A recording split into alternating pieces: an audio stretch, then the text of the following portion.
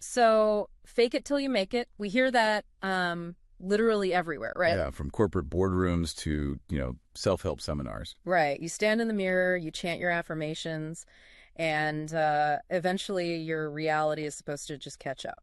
It's basically the standard operating procedure for modern success. Mm. But today, we are looking at a source that essentially says, if you try that method in a spiritual context, you are just wasting your breath. Which is a pretty strong start. It is. Today we're looking at the Rhapsody of Reality's daily devotional. Specifically the entry for February 28th. Right, by Pastor Chris.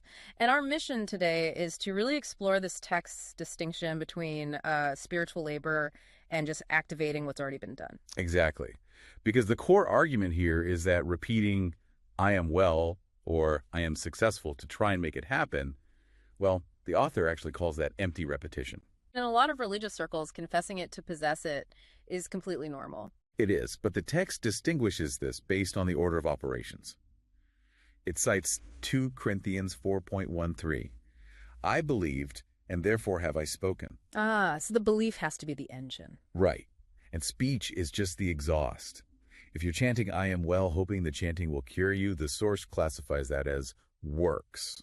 Works. That's a pretty loaded theological term. Yeah, it implies trying to earn something through effort. Right, so treating faith like a spell. Where the right words magically fix a problem, yeah. The text says that's spiritual labor. It ignores the fundamental premise of this specific theology, which is finished works. Meaning the heavy lifting has already been done. In the mind of God, the transaction is closed. So you don't speak to get healed. You speak because you believe you already are healed. Okay, but let's ground this for a second. If I have a fever and I say, I am well, to the average person, that just sounds like denial. Ignoring the thermometer. Well, the text anticipates that. It argues it's not denial of the facts, like the fever, but an affirmation of a higher legality. The author uses this really intense phrase here. He says the believer has the life of God, making them impregnable to sickness. Impregnable? That's military language. Like a fortress. The claim is that health isn't something you are chasing. It's property you already own. Think of a property dispute. Okay. If you come home and find someone in your house, you don't stand on the lawn whispering, I hope I own a house. No, you walk in with the deed and say, get out. Because a deed proves ownership before you ever open your mouth. That is a great analogy. And the source applies the same legal framework to wealth, right? Yes, it references 2 Corinthians 8.9. It argues that Christ became poor specifically so the believer could be rich. So poverty isn't just bad luck in this view. No, it's an illegal occupation of your estate. So when the text tells you to confess, I am rich, it's not just an aspirational mantra. Not at all. It is an enforcement of a contract.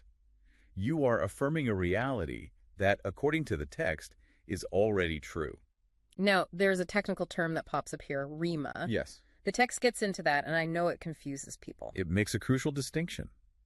Rima usually refers to the spoken word, specifically a word given by the Spirit for a specific moment. And that can be creative, right? Exactly. You can use words to frame a new reality that never existed before. Like an architect designing a new wing of a building. Creating something entirely new. But, and here's the nuance, when it comes to health or prosperity or victory, the text says you aren't creating anything. Because those are standard features of the house? You aren't building the electricity, you are just flicking the switch. Activating an inheritance. Exactly. That changes the mental load considerably. If I'm trying to create a miracle, that's pressure on me. But if I'm activating something that's already wired in... The pressure's on the system, not the user. Right. The source really wants to shift the believer from a mindset of trying to get something to refusing to give up what they have. Effective faith here is just refusing to let go of what is legally yours.